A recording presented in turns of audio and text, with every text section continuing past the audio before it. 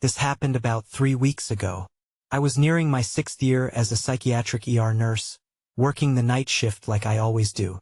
It felt routine, but the unknown always lurked in the shadows. The fluorescent lights flickered above, and machines beeped endlessly. I thought I was used to it. I was wrong. On my 3rd night of that week, I noticed a man sitting in a corner. He was in his late 40s, mumbling to himself. He stared at the ceiling, like he was in a deep conversation with someone I couldn't see. I figured it was the meds messing with him. I promised to check back soon, but got caught with other patients. The air turned colder, and I felt a chill creep up my spine. Suddenly, papers flew off my desk, scattering across the floor without warning. I looked around, hoping someone was playing a joke, but the nurse's station was empty. I felt uneasy. A soft whisper lingered, just out of reach. I brushed it off as fatigue. The next nights were worse. Shadows shifted in my periphery, but when I looked, nothing was there. The same man was back, still talking to the ceiling. I caught bits of his words. They were familiar, but I couldn't quite make them out. They seemed to rise and fall like a haunting song. On my 5th shift, I was drained. As I walked to the break room, I saw something in the glass reflection of the nurse's station. A dark figure stood behind me, but when I turned, there was no one there. My heart raced. I wiped the cold sweat from my forehead. "Why are you with her?" A voice echoed in my head. I spun around, feeling a chill wrap around me. Nobody was there. My heart pounded louder than the machines. I rushed into the break room, hoping for some sliver of comfort, but it only felt colder. As the days went on, the occurrences intensified. The whispers continued, now louder and more distinct. "Help her. Don't leave." I felt trapped between my work and something sinister. I wanted to cling to logic, but the atmosphere was thick with dread. One night, I walked back to the nurse's station, and the man caught my eye again. He pointed at the ceiling, his eyes wide. "She's coming for you," he said, then tilted his head, listening to the air. I took a step back, feeling my blood run cold. I couldn't shake the feeling that I was losing touch with reality. The whispers now surrounded me constantly. They felt like fingers pulling me deeper into darkness. "You have to listen," they urged, echoing in my thoughts. I thought my dedication to my job was strong enough to withstand anything that happened. But it was getting harder to breathe. The shadows seemed to blend into the walls, watching me. As I prepared to leave one night, I caught the man's gaze again. "Why are you with her?" he asked. I looked around, but nobody was near. The coldness settled deep in my bones. I didn't know how to answer. I never saw him again after that. I still work the night shifts. The whispers and shadows linger in the corners, where reality and something darker blur. It's not just a shift anymore.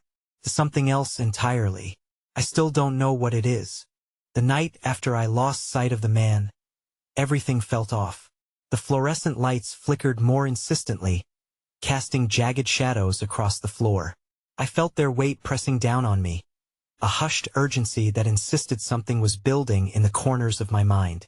Patients came and went, but I couldn't focus. I kept glancing toward the empty chair where the man had sat. His words repeated in my mind like a broken record. "Why are you with her?" There was something unsettling about it. I needed to know what he meant, but I couldn't shake the feeling that I was digging into a pit I wouldn't be able to climb out of. Around midnight, the whispers returned. "Listen to her," they whispered. I winced, glancing nervously around the room, but no one else reacted.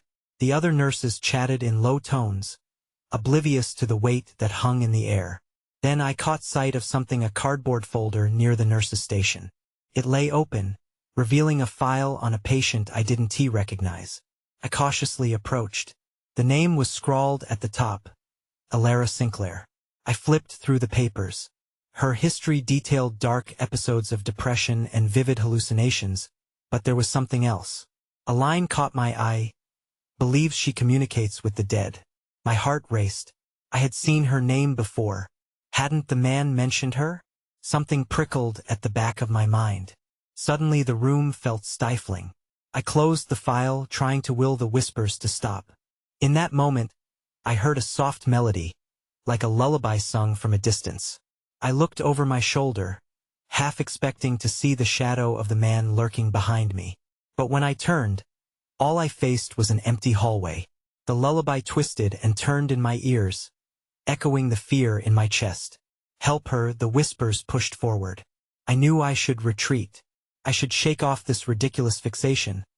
But then I remembered my promise, my dedication to my patients. I made the choice to go find Elara Sinclair. I walked toward the locked ward where patients with severe cases were housed. The air felt different, charged, as I approached. An eerie calm settled over the waiting area. I had once felt in control, but tonight it felt like a step into the unknown. As I entered Elara's room, I hesitated. It was darker inside, the single bulb swinging slightly from the ceiling. I caught a glimpse of her against the wall, staring into the void, her hands clasped as if in prayer. Her eyes flickered with something unsettling, as if she sensed my presence before I spoke. "Are you Elara?" I asked, trying to keep my voice steady. She turned slowly, her expression unreadable. "You're here to help me," she stated, not as a question, but a matter of fact. There was a knowing in her gaze, an unsettling familiarity. I took a step forward. "I don't know how to help you." She smiled gently, but it felt wrong. "You already are here." She's always watching. Before I could ask what that meant, the whispers surged louder, drowning out my thoughts. "Run," they warned, as the air turned heavy with unease. The shadows in the corners thickened, curling and twisting like smoke. That S when I saw it, a flicker at the edge of the room. An outline of a figure, darker than the darkness itself. I took a step back, heart pounding, as the whispers fell silent, replaced by a palpable silence that felt full of something unnameable. I rushed out of the room, my own breaths racing. I had to find answers, whatever was happening. It was coming for me. I stumbled into the hallway, gasping for breath. My mind raced, a flurry of thoughts clashing with emotions. I needed to get away from Elara's room. The air felt thick and electrified, enough to choke on. I turned sharply toward the nurse's station, but my feet were slow to obey. I could still see the flicker, the shape that loomed at the edge of Elara's room. I shut my eyes, trying to imagine it away. I focused on the blaring beeps from the monitors around me, their rhythmic sounds grounding me. Just stay focused. I couldn't let the whispers consume me. "What's wrong?" My colleague, Lisa, looked up from the schedule. There was concern vibrated in her voice, but it struggled through the haze. I hesitated, unsure how to explain the weight pressing down on me. "Nothing," I croaked, "just feeling a little overwhelmed." I forced a smile, but it felt brittle and strained. Lisa frowned, not convinced. "You're the last one I'd expect to crack under pressure." I shrugged, gripping the edge of the counter. "Just a long night. I think I need some fresh air." "Go for it," she said half-heartedly, turning back to her papers. I could sense her eyes on me, a lingering watchful gaze that made my skin itch. I stepped outside, pulling in a deep breath of the cool night air. It was a relief, but the calmness of the outside world felt disjointed against the turmoil building inside me. A strange sensation crawled up my spine as I recalled Elara's words. "She's always watching." Who was watching? And why was I so drawn to Elara? The stillness was short-lived. I glanced over my shoulder, sensing movement behind me. At the edge of the hospital's lot stood a figure, their face hidden in shadow. I squinted, heart racing. Was it him, the man from the waiting area? Couldn't tell. Then I saw it. A flicker of white, like a hand. Panic surged. Every instinct screamed at me to run, but my feet felt glued to the pavement.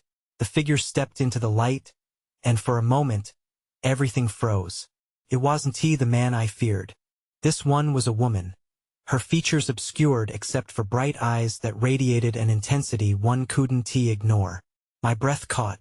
The whispers returned, urgent and insistent. "You need to speak to her." "Who are you?" I managed to ask, but my voice broke. Felt like I was calling out into a void. "Find me," she said, her voice both haunting and familiar, as if floating from a dream. "Before it's too late." Before I could respond, She turned and fled into the darkness. Just like that, she was gone, lost among the shadows. I was left standing, heat pooling in my chest. What was happening? My mind raced with questions, but before I could gather my thoughts, the lights above flickered again, plunging me into half-darkness. Something was wrong, very wrong. I had to go back inside, but the idea filled me with dread. My heart thundered, each beat echoing against my ribs as I turned on my heel, forcing myself to walk back toward the hospital doors. But before I reached them, something cold pressed against my back. A whisper curled around my ear, chilling me to the bone. You should have listened. I whipped around, my breath hitching in my throat. Nobody was there. The parking lot lay empty, a cold husk under the moonlight. My skin prickled as shadows danced along the edges of the hospital walls. I couldn't shake the feeling that someone or something was watching, waiting. I forced myself to take a step toward the doors, no longer willing to linger in this disquieting place. Just as my fingers brushed the handle, I heard a crash echo through the corridor inside. It shattered the tense silence, making me jump. Instinct pushed me forward, a need to investigate palpitating through me. Inside, the hallway was dark, illuminated only by flickering emergency lights. The crash had come from the direction of Elara's room. My heart raced again, though this time it was mixed with curiosity. I told myself I had to know. What if something was truly wrong? Abandoning my hesitation, I walked toward her room, the whispers from earlier still echoing in my mind. As I got closer, I noticed the door had been partially ajar. I pushed it open, the hinges creaking softly. The room was a mess. Monitors beeped erratically, and a chair had toppled over. Elara lay still in her bed, an eerie calmness enveloping her. But beside her, on the floor, was what had caused the crash, an empty medicine vial, shattered glass reflecting the dim light. I felt a lump form in my throat. Who had come in here? Was this connected to the strange woman outside? My hands trembled as I stepped inside, keeping my eyes on Elara's face, desperately searching for any sign of distress. "Miss Thompson?" I whispered, knowing she couldn't respond. But just as I was about to check her vitals, I felt a shift in the air. The door creaked slightly behind me, and I turned instinctively, feeling as though I'd just walked into someone else's nightmare. Standing in the doorway was Lisa. Her eyes were wide, her breath coming out in short bursts. There was something off about her expression. "You shouldn't be in here," she said, her voice barely above a whisper. "Something's wrong," I replied, my voice shaky. "What happened?" "Get out," she ordered, a hint of desperation edging her tone. "She's not who you think she is." Before I could digest her words, I caught a glimpse of something moving, a shadow slipping past Lisa, darting into the room behind her. My stomach dropped. "Close the door. Don't let it in," I shouted. Panic sent me into action, rushing toward Lisa, but I stumbled just as she swung the door closed. The figure I'd seen vanished into the shadows surrounding the bed. "What did you see?" I demanded, but the look on her face, a mix of fear and something else I couldn't name, said more than words could. "I saw her," Lisa said, her voice quivering. "And she saw me." Her words hung heavy in the air, thick with unspoken fear. Then suddenly the monitors flatlined. A piercing alarm filled the room, drowning out everything else, a shocking clarity settling over my racing thoughts. I knew then, this was only the beginning. The sound of the alarm was deafening, a digital scream piercing through the thick atmosphere of dread. My heart pounded in sync with the monotone beeping that now echoed off the sterile walls. "What did you do?" I shouted at Lisa, my voice barely breaking through the chaos around us. "I didn't do anything," she defended, her hands trembling at her sides. The wild fear in her eyes sent another jolt of panic through me. I turned back to Elara as if willing her to wake, to silence the sirens that clawed at my sanity. But the tranquil stillness of her face was unnerving. Why wasn't she waking up? "Check her," I urged, stepping toward Elara's bedside. But Lisa stayed frozen in place, horror etching her features as she stared into the shadows that seemed to ripple along the wall. I grabbed her arm, forcing her to look at me. Help me. Together, we moved closer to Elara, but the moment felt heavy, as if the air around us had thickened with fear. I reached for the nearest monitor, desperate to understand why the heart rate had plummeted. With shaky hands, I checked for a pulse, my fingers trembling against her wrist. Nothing. A cold wave of realization swept over me. I pulled back, my breath catching. We've got to call for help. I turned toward the door, but before I could move, Lisa grabbed my shoulder, her grip fierce. No, we can't. It's here, she hissed, and I felt a chill run down my spine. She was right. There was something lurking, waiting just outside of our sight. I had seen it dart into the room, but now the shadows seemed to crawl closer, as if drawn toward us by an unseen force. Then what do? I asked, panic pinching my voice. My instincts screamed at me to run, to get out of the room, but I couldn't leave Elara behind. That when I saw it again just beyond Lisa's shoulder. The dark figure flickered at the edge of the light. My instincts screamed for escape, yet I couldn't tear my eyes from the blurring shadows.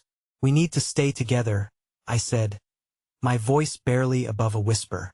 Lisa swallowed hard, tears forming in her eyes as she nodded. Gathering courage, we moved toward the door, but our exit was blocked. The silhouette moved closer, forming a shape that was both familiar and utterly terrifying. I felt the air grow colder, wrapping around us like a vice. You should not have come here, came a voice, smooth but haunting. It sent ripples of cold fear through my veins. The figure stepped into the dim light, revealing a face twisted in a knowing smile. It wasn't just the darkness, it was something more. Oh no, Lisa breathed, her eyes widening in terror. Suddenly, the lights flickered violently, plunging us into total darkness for a heartbeat. I clutched Lisa's arm, my pulse thrumming wildly in my ears. It left me gasping for clarity in the pitch black. But then, just as suddenly, the lights came back, bathing the room in a dim glow again. Elara was gone. The bed was empty, the sheets rumpled as if she had never been there at all. I looked around, frantically searching for her, my mind racing. What just happened? I turned to Lisa, whose face was pale and the fear in her eyes had intensified. We need to get out, now. With every ounce of will I had, I propelled us back toward the door, praying that whatever had taken Elara wouldn't follow. But as I reached for the handle, I felt a chill sweep through the room once more. There was no telling what was waiting for us on the other side. I hesitated, my hand hovering over the door handle. What if it had been a trap? What if stepping outside only revealed more horrors? But we couldn't stay here.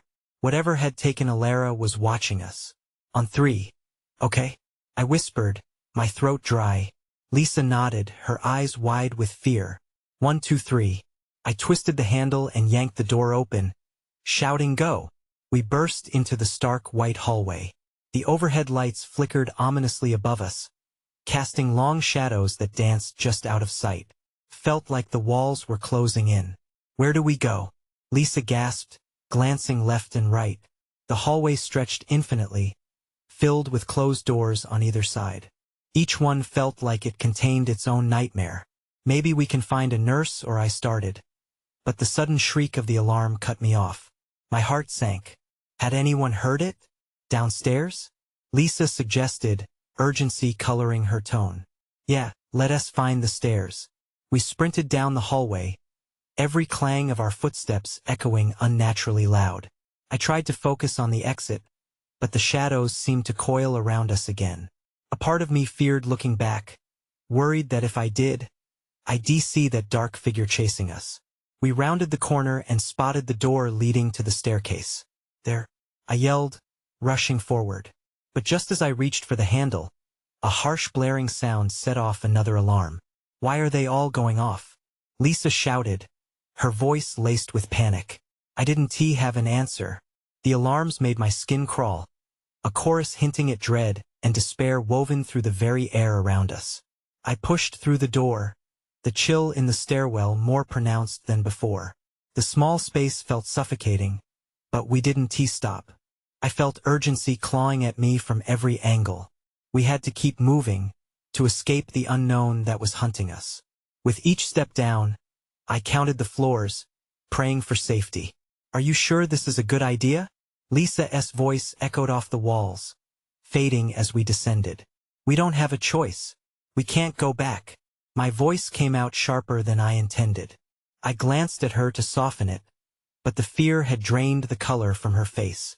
I reached out, reassuring her with a squeeze of her hand. Then something caught my eye movement from below. I froze. A shadow flickered against the wall, too familiar to be a trick of the light. "Did you see that?" I whispered. "What?"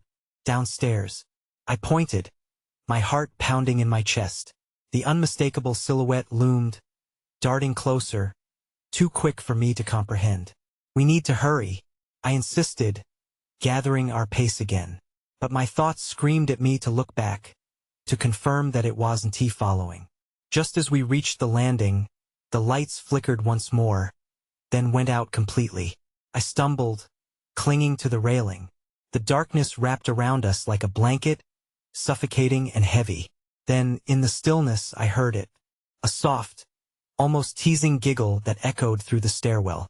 It filled me with a primal fear, jerking me out of my panic. "We have to go," I shouted, adrenaline pumping. With sheer will, I propelled us down the last flight, feeling like we were running from a ghost. The last door loomed ahead, marked exit.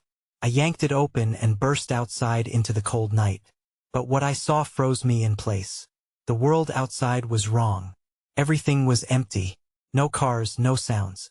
Just a vast silence staring back at me, as if we had stepped into another reality entirely. And just then, I couldn't shake the feeling that someone was still watching us.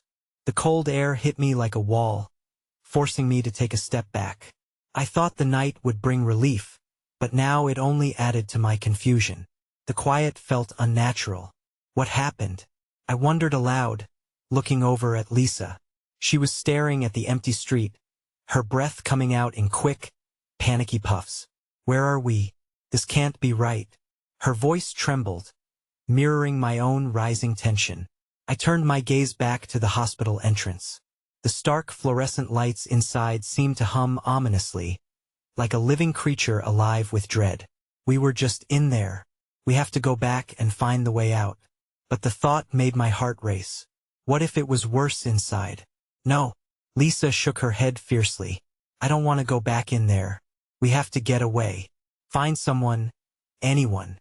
But where?" The street stretched endlessly before us, devoid of life. It felt like a ghost town, like we had been dropped into a nightmare that had skipped town while we were still trapped inside. That S when I saw it. A flicker of movement at the edge of my vision, just beyond the dim light. "Did you see that?" I pointed across the parking lot, where shadows blended into the surrounding darkness. "What?" she asked, squinting. "Over there." I took cautionary steps forward, investigating as the unease clawed at my chest. I thought I caught sight of a figure, standing still next to a car, as if waiting for us. But every time I turned my head, it was gone. "Maybe it's someone who can help us." "Let us check it out," I said, trying to keep my voice steady. "Are you serious?" She took a step back, her grip tightening on my arm. "What if it's do you have a better idea?" I shot back, the fear pushing me to act instead of think. "Okay, fine, but stay close." As we approached the parking lot, the air grew heavier. The shadows around the car deepened, and I could feel something unsettling stirring within me. I squinted into the darkness again, determined to see who or what was there. I was hoping for salvation but bracing for something much worse. And then, abruptly, the figure vanished altogether, swallowed by the night as if it had never been there. The ground beneath us felt unstable, and I nearly stumbled. "Where did it go?" I muttered, scanning the area frantically, sure we weren't alone.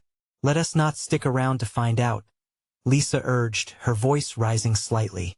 Her panic sent a jolt through me, reminding me of Elara and how powerless we had been to save her. I didn't want to lose Lisa too. "Okay, we'll go. Just stick with me." We turned back toward the hospital, and as we retraced our steps, the wind picked up, carrying whispers that seemed to taunt us from the shadows. I tried to ignore them, but each step felt heavier, as if the night itself was conspiring against us. What had happened? Why were we out here? And why did it feel like the darkness was reaching for us? I picked up the pace, moving toward the hospital entrance, but then I stopped cold. Look, I pointed to something on the ground near the entrance. It wasn't just any shadow. It looked like a child's drawing, hastily scrawled in chalk, but it was more disturbing than playful. A stick figure, arms outstretched, surrounded by swirling lines that hinted at something spiraling out of control. I crouched down to inspect it, a chill creeping up my spine. What does this mean? But as I turned back to ask Lisa, my heart dropped. She was gone, and the shadows around me were closing in fast. I felt my pulse quicken. Panic surged through me as I swung around, desperately searching for any sign of Lisa. "Lisa!"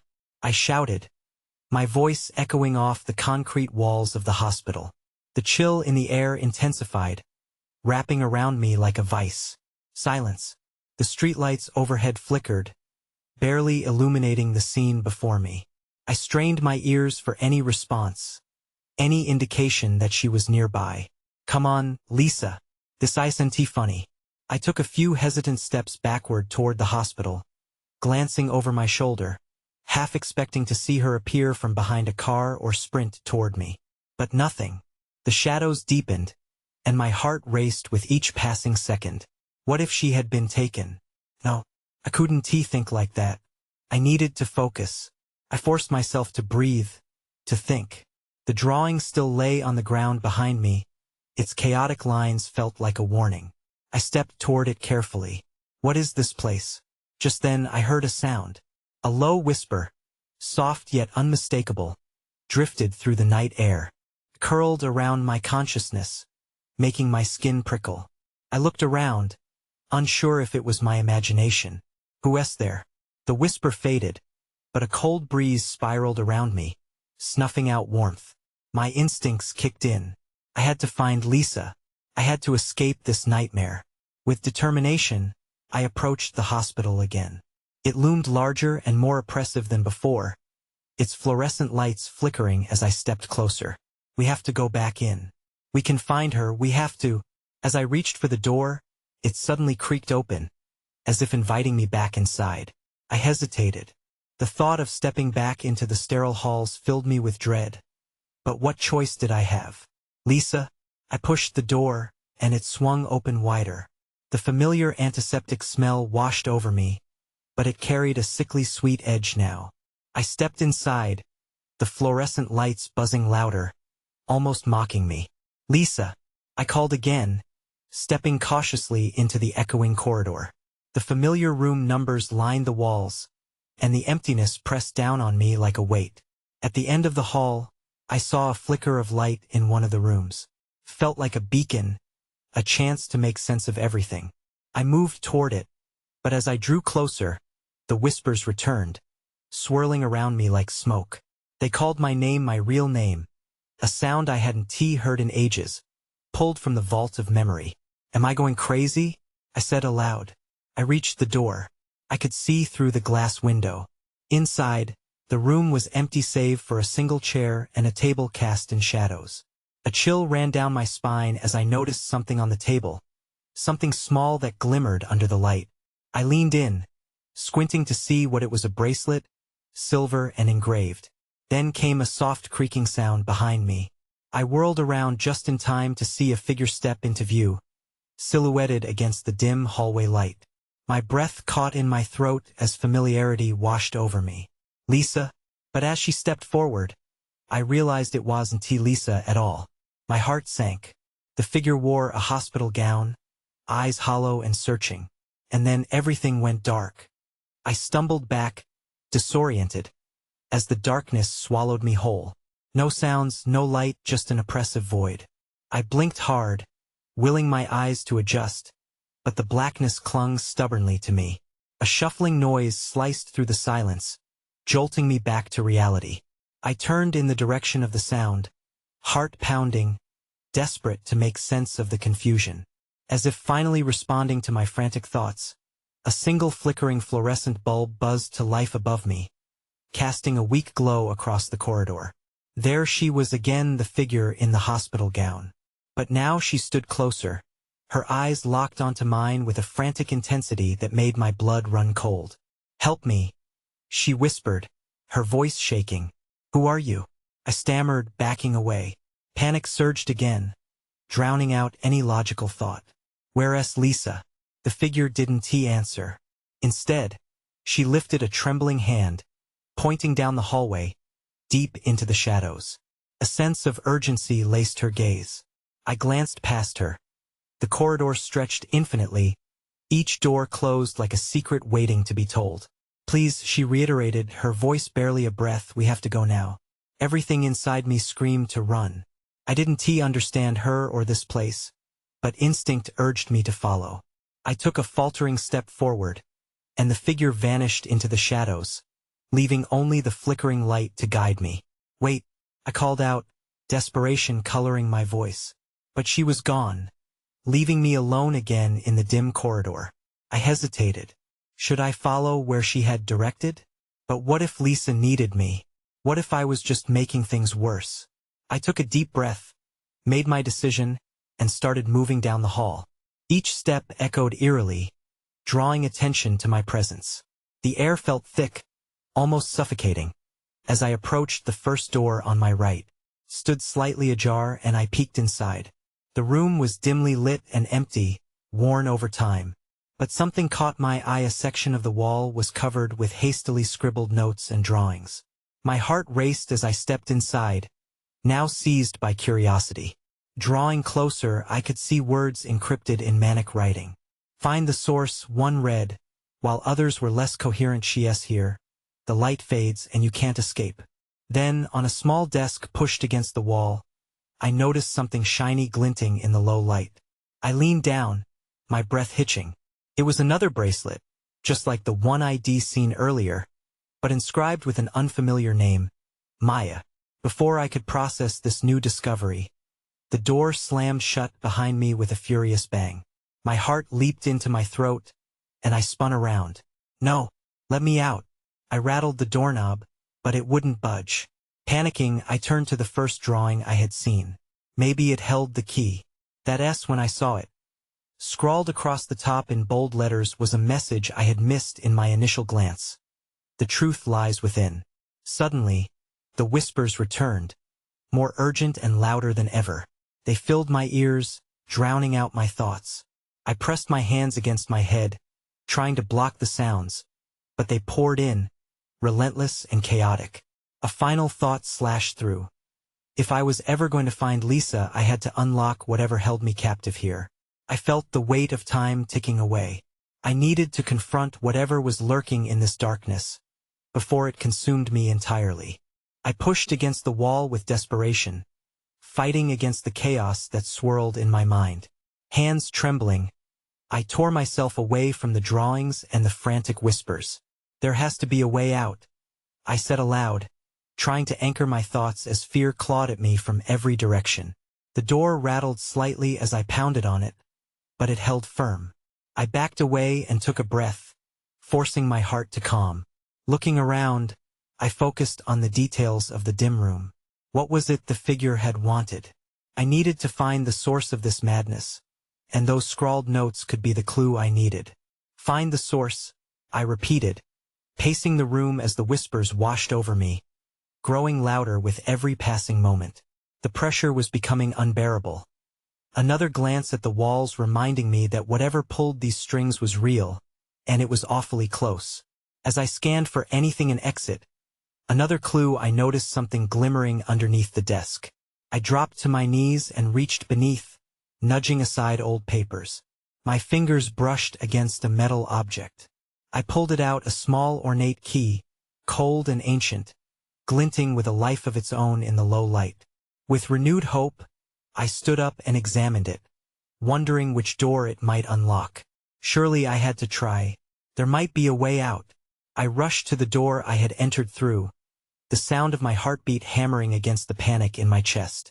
I tried the key in the lock, my fingers shaking. Turned. I hesitated only for a moment before pushing the door open. The corridor outside felt strangely empty and alive all at once, the electric air buzzing with uncertainty. Caution nudged me back, but there was no time Lisa needed me. I stepped into the hallway. The shadows seemed to thicken around me, an oppressive weight pressing in from all sides. I turned right, moving swiftly but cautiously, the urge to flee battling with the burning desire to find my friend. The fluorescent lights flickered overhead, matching the racing rhythm of my pulse. "Lisa," I called again, my voice sounding small in the expansive emptiness of the halls. Each step felt like a countdown, as if unseen eyes were watching and waiting. Then, right ahead, I thought I saw a flicker, a hint of movement at the end of the hall where the door led to the staircase area. Maybe it was her. I picked up my pace. "Lisa." But as I neared the door, the shadow danced away, fading into a doorway, a small room I hadn't noticed before. I glanced back toward the exit route, instinctively weighing my options, but something inside me urged to chase after the flicker. Fear gave me no other choice. I stepped inside cautiously, my breath shallow as I entered. This room was smaller, cluttered with medical equipment, and reports scattered haphazardly across the countertops. But it was the shadows dancing along the far wall that caught my attention. As I moved farther in, I could see someone or something moving. "Lisa," I called, my voice hesitant. "Is that you?" The shadows shifted as I stepped closer. When they finally settled, the shape morphed into a familiar presence, the figure who had been watching to begin with, her hollow eyes piercing through the gloom. "You shouldn't be here," she whispered, the sound laced with a sense of urgency. "You're being pulled into the nightmare." "Who are you?" I begged, fear tightening its grip on my throat. "Where's Lisa?" "She's in danger," the figure said, her gossamer voice thick with sorrow. "You have to listen to me. The truth lies within. Find the truth before it consumes you both." Before I could respond, she faded into weaving shadows, leaving me alone with a confounding sense of dread. I felt the echoes of her words wrap around me like chains. "The truth," I murmured, torn between despair and determination. Choosing instinct over hesitation, I turned back toward the room, determined to find answers. I rushed toward a pile of reports resting against the wall, medical histories, clippings, and drawings that echoed the messages I had found earlier. The thought clicked into place. The notes were a warning, telling me what I needed to confront. As I sorted through the papers, something odd caught my eye. A photo pinned among the reports. I pulled it out and froze. It was a picture of Lisa, her beaming smile a stark contrast to the chaotic energy of the hospital. But there was something else. Next to her stood a figure shrouded in shadow, a woman with familiar bright eyes. A sense of unease flooded through my veins. This woman was part of it all. The whispers returned, now a painful crescendo echoing in ruptures through my mind. "She's your key," they screamed with urgency. At that moment I understood. I had to face whatever was entangled within the shadows, confront the source that wove the fabric of this nightmare. It had taken Elara, and now it was drawing Lisa into the darkness. I had to unravel the truth or be consumed alongside them.